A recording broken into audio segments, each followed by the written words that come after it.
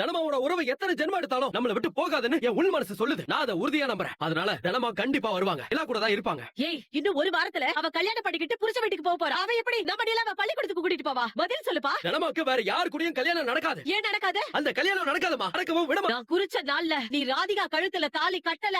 என்ன விளையாண்டுட்டு இருக்கியா நீ? எவ்வளவு தைரியம் இருந்தா இந்த ஜென்மத்துல உன் பொண்டாட்டி ராதிகா தான். முடியாது முடியாது முடியாது. என்ன ஆனாலும் சரி, ராதிகா கழுத்துல தாலி கட்ட மாட்டேன். எனக்கு ராதிகாவை பிடிக்காது. எனக்கு அவளை கல்யாணம் பண்ணிக்கிறதுல விருப்பமே இல்ல. தனமா தான் என்னோட வாழ்க்கை துணை. என்னைக்கோ அவங்க ஏன் கூடயும் நிலா கூடயும் தான் இருப்பாங்க. இதுல ஏதாச்சும் மாத்தணும்னு நினைச்சீங்க அவ்வளவுதான் சொல்லிட்டேன். மாமா வாடா. டேய், போடா போ. நான் செத்துருவேன்னு சொல்றேன். என்ன நடந்தாலும் தனதா என் பொண்டாட்டின்னு சொல்றேன்ல. அந்த அளவுக்கு அவ மயக்க வச்சிருக்காளோ. நீ அவளை கல்யாணம் பண்ணிக்கணும்னு நினைச்ச என் பொண்ணத்து மேலதான் நீ கல்யாணம் பண்ணிக்கணும். என்னமா பேசுற நீ? நாங்க கேள்விப்பட்டப்போ ஏதோ 45 வயசு ஆளு 2 குழந்தையோட இருக்கிறவருக்கு தனத்தை. ஆமா, 45 வயசு ஆளுதான் 2 குழந்தை இருக்கிற ஆளுக்கு தான் என் பொண்ணை நான் கட்டி கொடுக்கறேன். என் பொண்ணுக்கு இது 2வது கல்யாணம் தானே, அவனுக்கு இது 2வது கல்யாணம் தானே. அதனாலதான் நான் அப்படி ஒரு மாப்பிளைய பார்த்தேன். ஆனா நான் பார்த்திருக்கிற மாப்பிளை எவ்வளவு வசதியானவன் தெரியுமா? எவ்வளவு பெரிய பங்களா வீடு இருக்கு தெரியுமா? குறைஞ்சது 100 கோடி ரூபாய் சொத்து இருக்கு. நீ எவனோ ஒருத்தர சொன்னியே, அவன் அப்படியா?